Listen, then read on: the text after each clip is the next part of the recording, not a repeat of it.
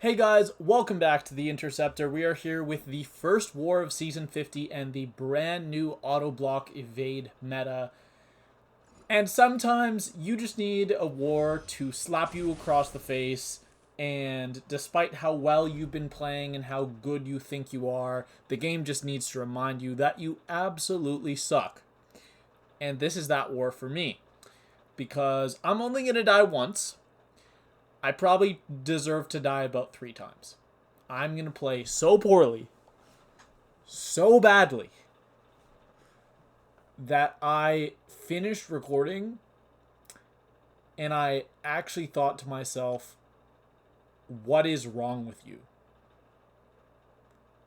It's bad. It's bad. Okay, get ready. I'm using Mystic Powerback Boost. I don't actually need Hood until the very end of the war. He is my second last fight. That's the only fight he is taking, although obviously he could have taken some more fights.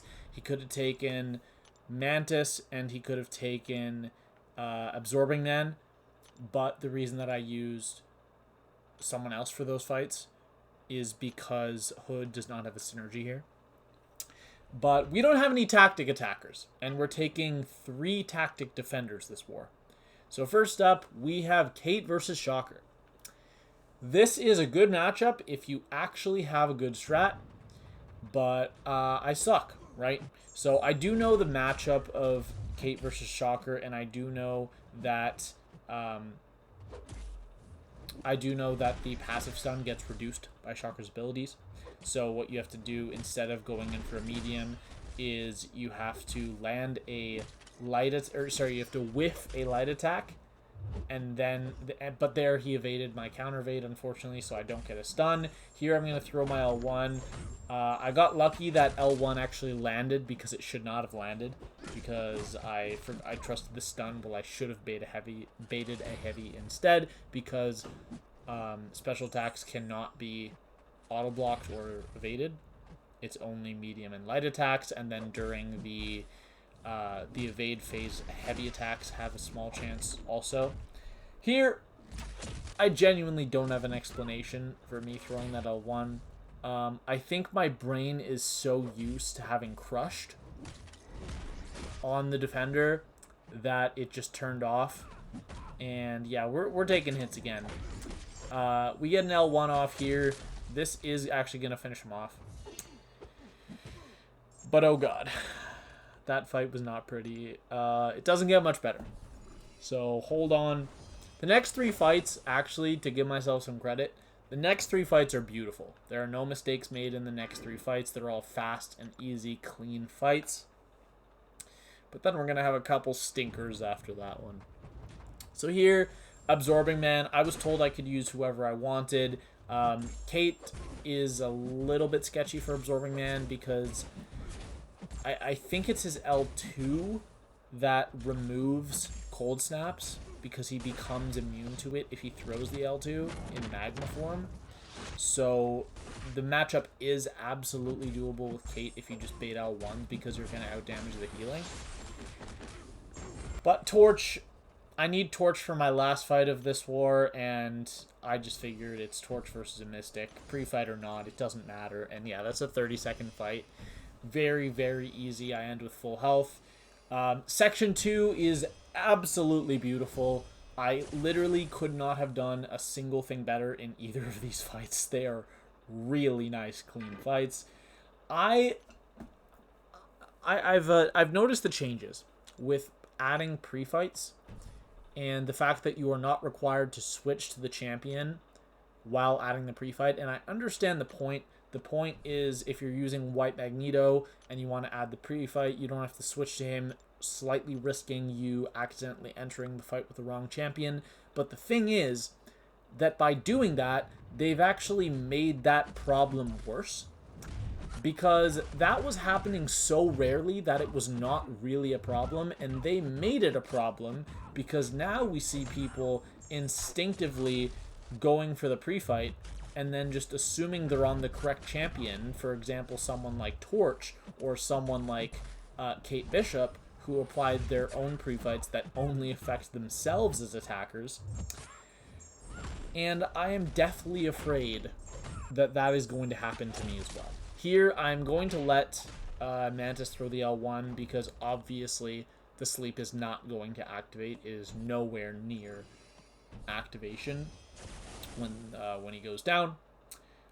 Here we're going to throw on an SP1 boost. There are 3 fights that I think were probably the most challenging fights of my war, and I was just making sure the energy lined up. I am actually going to mess up and miscount the energy at the very end of my war, and it's going to cost me some extra units because I'm dumb. But here I was just counting. We are going to throw on that Cold Snap, of course. This is Destroyer on path 5. There's nothing to say about this matchup. I have messed this fight up before because I let him throw an L2. As long as I don't let that happen, there's not really anything. I've gotten better at countering his heavy attack. You just need to wait an extra half second. Landed my intercept straight into my L1, and we are already taking him down. Pretty straightforward fight. I'm going to get to another L1. I'm going to land another intercept. You'll notice I am intentionally not parrying. Here, I throw the L1. I actually think this was a good choice because it forced him to dash in after the special. And then here, we're going to hold our heavy so the heavy attack knocks him back far enough to restart the duration of the Cold Snap. It wasn't really necessary, but it did help to kill a little time. And this is one of the bad fights. This is the worst of the bad fights. This is Kate Bishop versus Quicksilver. Quicksilver's tactic, and I'm going to have a combination of really terrible luck and really terrible play here because I'm about to throw the L1 and lose a ton of health because in my mind I'm thinking, oh, land an intercept. That'll remove it. That is the wrong Power Sting node, and I'm going to follow it up by eating a full L2 to the face. And I'm almost dead. So here I'm going to land another L1. You're thinking, Sam, how can you possibly mess this up? That's how. I thought he was blocking, so I went to hit into his block. And then as my hit is about to reach him, he drops his block, making my hit land, and the 10% chance to auto-block stun me occurs. 10% chance. And that's my first death of the season. Like, yeah, obviously I'm mad at myself because I took an L2 to the face and I threw an L1 while I had a Power Sting up. But 10%, bro. I'm actually crying. I'm actually crying. Yeah, I was not too happy about that one. Especially on a fight that, if I had not made those mistakes, should have been 30 seconds. Because I throw my L1 right at the start, and my second L1 just kills. I just need to get to one L1 with an SP1 boost. That's literally it. Now this fight here, this is my last Kate Bishop fight.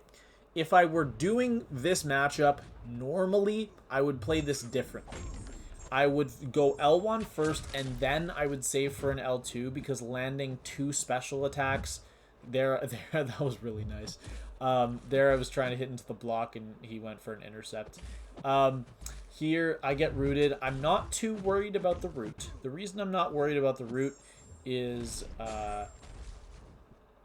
because he doesn't really do anything. And while his special attacks can go unblockable, I'm not worried about it because I'm just not going to let him have a special attack while I'm rooted. And then here, my heavy attack resets it. He goes for the L1. Yeah, the fight's over. He is out of auto block phase, which means that if he can't evade during Cold Snap, the tactic literally does nothing. It can't trigger either thing when evade is up and you counter evade. But yeah, this is the point where I'm going to miscount my energy. For some reason, I forgot that I was taking both minis. And yeah, That's going to cost me some extra units because I only needed 3 energy. Or 5 energy, excuse me. But I miscounted and I thought I needed 4. So I bought 2 small ones, which when put together equal 50 units. And a full one is 60 units. So I was like, oh, I'm saving some units. No, I'm just throwing units down the drain. And this is one of the bad fights, guys. If you watched my Hood fights last season and you thought, oh, wow, this is actually really impressive. He knows how to play Hood. Forget that. All knowledge of how to play Hood thrown out the window. This is terrible. This is power gain Gorr. Gorr's not tactic. But I didn't want to burn an SP1 boost. And then here, of course, the one hit that hits into my block triggers 2 Hazard Shift. Not Hazard Shift. 2 of his personal DLT. And the way this fight is going to go badly is first off, what the hell is that striker? That was the most moronic thing I've ever seen. He's going to hold his L2. And it's not dexable. You cannot dex it. And I made another mistake in throwing that L3. Because, as you'll notice, the hexes were really low. And he throws his L1, which means I'm not able to detonate them, and they do like half the damage they were supposed to. I wasn't even planning on letting him, or on letting the charges expire for a while. I was probably going to get up to like 30, 35 charges. And then he throws another L1. And I think you can start to see the problem is that he's getting a lot of buffs. He is increasing his combat power rate every time he reaches a bar of power. He's also getting tankier. Now, I don't make any more mistakes. I am going to finish this fight off cleanly by just cycling L2s. But there he throws another L2 into my block, which is just wonderful. Thank you so much for that. And at this point, we are ready to go for a heavy attack. We go for a heavy attack. Of course, it doesn't kill. It's going to leave him at 2%. And our combo is going to kill. But, oh my god. That is a fight that if I was taking it in season, last season, that's a 25-second fight. You go SP1 boost. That's a 25-second fight. That is probably 4 L2s into a heavy. But no, because I'm dumb. To be fair, I also did not boost as big this war because the war was already over by the time I was taking my fights, or basically. We knew who was going to win this war already. This is actually a pretty fun fight. This is Mangog on node 48 with Human Torch with pre-fight. And I actually really like this matchup. When this node was originally introduced, when it was originally new, I didn't really like it. I found it pretty annoying. I actually really like it. I think it's a pretty fun node. Because it's actually pretty simple to play around. You just don't parry, and you just alternate medium light. And with a champion like Human Torch, who puts the Nova Power Stings on with both medium and light attacks, it's not really a problem. Because you get 2/3 of the charges you would normally get from your regular medium light medium combo. And you see that L2 into the block. It's not even doing that much damage. So here I'm stuck in the corner. I'm like, okay, I'm just going to throw this L2. Sure, it's going to give him a little bit of power gain because obviously I have no way of shutting down the power gain or the shrug off node. But I don't really care because it also helped push him to an L2. He threw a special and took a bunch of power sting damage, which is amazing. Here I'm going to go for a heavy attack just to get my temperature back up. I'm going to bait this. Oh, no, I'm going to throw my L1. And he does go down. So absolutely no risk in that fight. That was a really clean end to the war.